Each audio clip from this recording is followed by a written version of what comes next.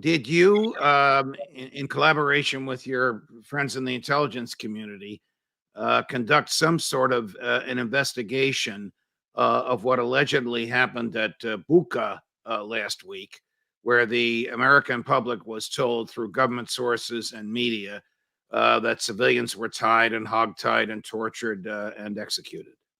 I didn't collaborate with anybody in the intelligence community.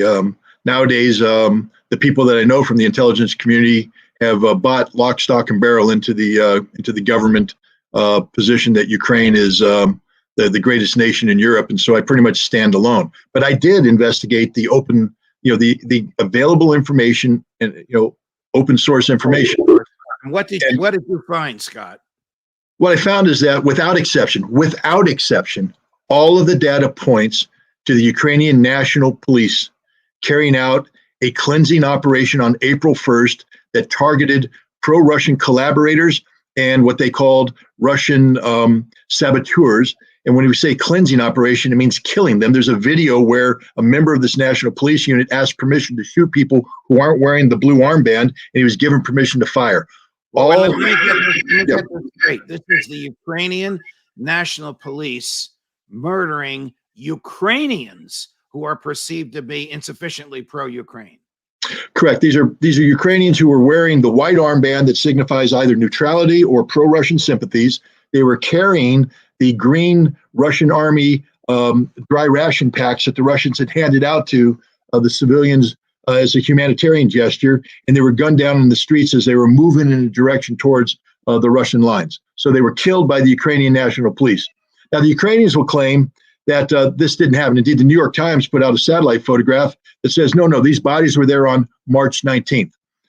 I don't want to get too graphic on your show, but I've been around dead bodies, and bodies that were killed on March 19th, left out in damp weather and temperatures of 40, 50, 60 degrees, will not present themselves as they're presented in those photographs. It'll be something quite different. Any police forensic investigator knows exactly what I'm talking about. The bloating, double the size, black face, burst bodies, putrid liquid.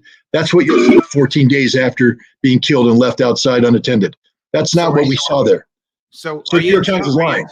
You're telling us that what we saw was staged, concocted by the Ukrainians, bought and sold and accepted by the American military and the American media.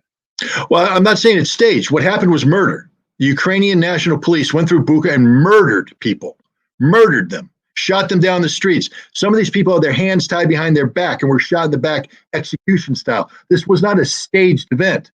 What happened is Ukrainians realized that they had a PR problem, and so they shifted the narrative, and that narrative was bought by the U.S., or I'm not going to say bought, it was just parroted. The U.S. knows who killed them. Trust me, the U.S. has the satellite photographs.